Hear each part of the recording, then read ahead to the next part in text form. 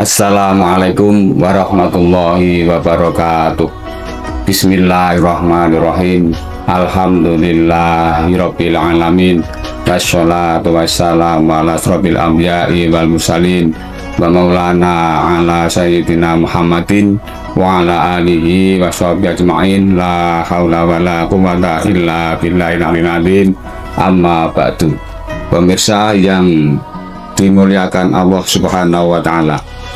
Pada kesempatan ini kami mengambil tema yaitu ada beberapa alasan mengapa orang malas beribadah padahal tahu kalau itu benar.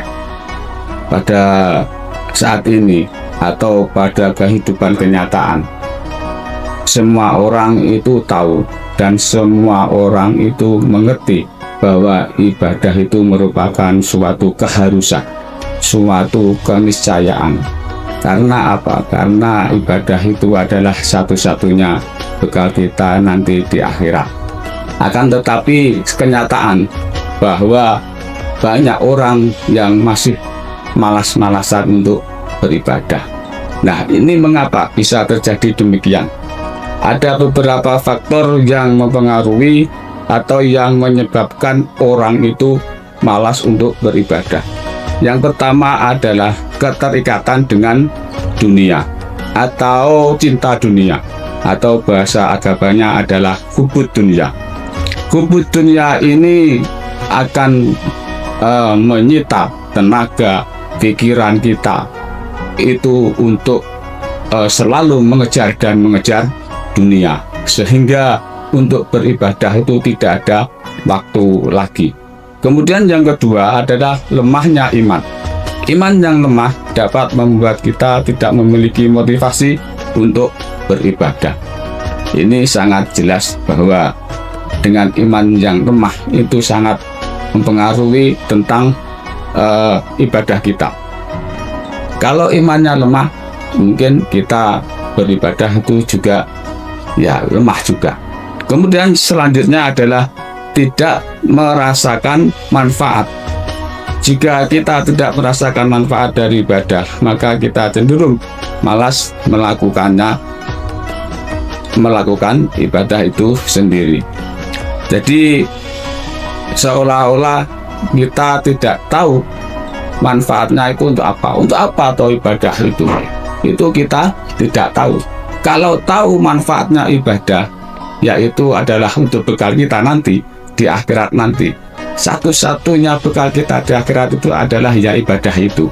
Nah, kalau sudah tahu demikian, mungkin malas beribadah itu bisa dikurangi. Karena tidak tahunya tujuan ibadah atau manfaatnya ibadah itu untuk apa.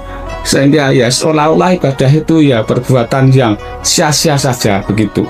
Selanjutnya yang keempat adalah kebiasaan.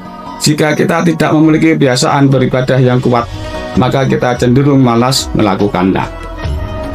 Orang Jawa itu mengatakan witing tresno jalaran saka kulino. Jadi karena biasa itu terciptalah perasaan cinta.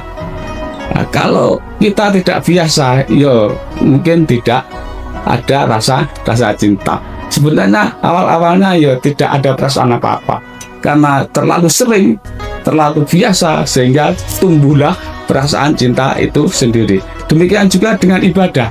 Kalau kita tidak biasa ibadah, ya malas kita untuk beribadah. Untuk itu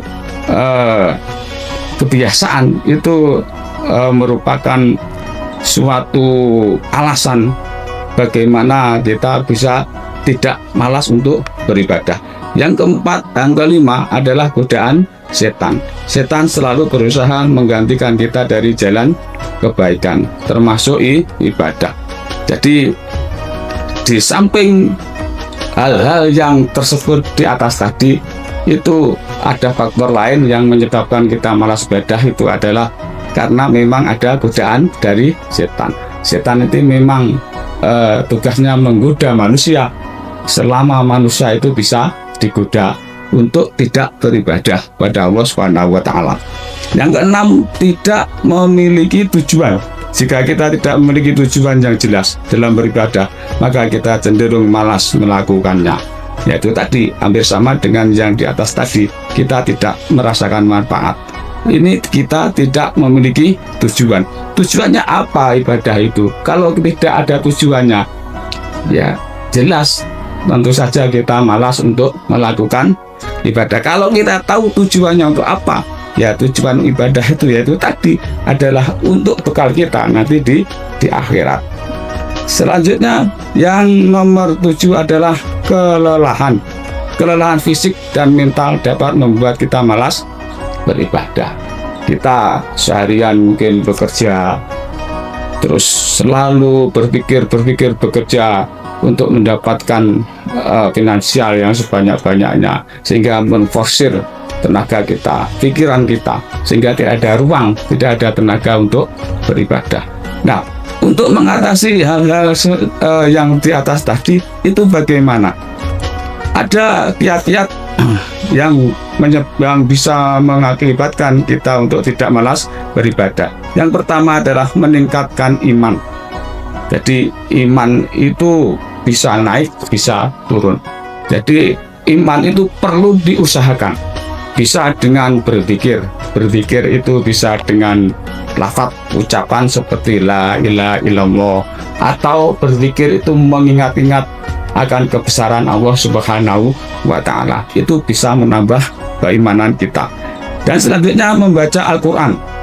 Membaca Al-Quran itu juga bisa menambah mantapnya hati, mantapnya iman.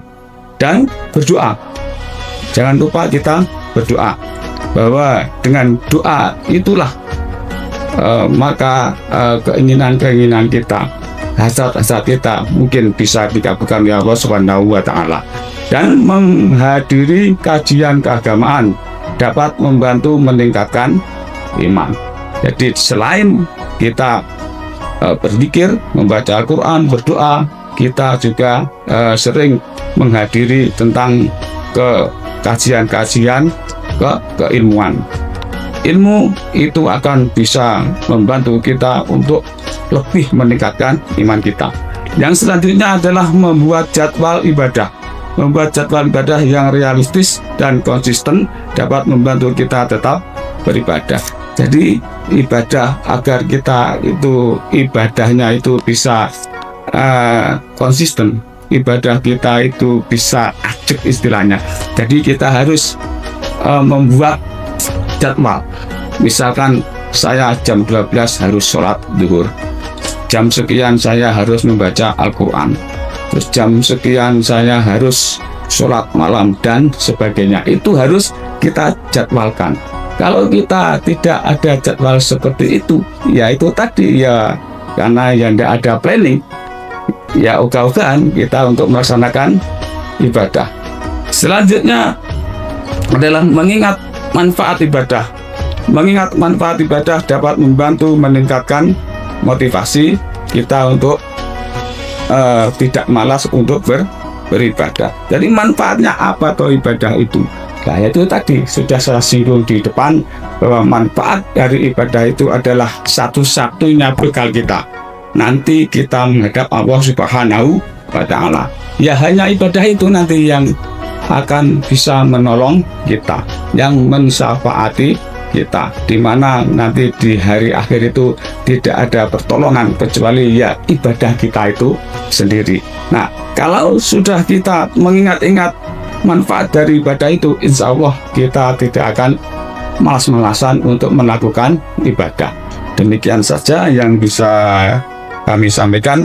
Mudah-mudahan ada guna dan manfaatnya. Mohon maaf atas segala kesalahan dan terima kasih atas segala perhatian. Wassalamualaikum warahmatullahi wabarakatuh.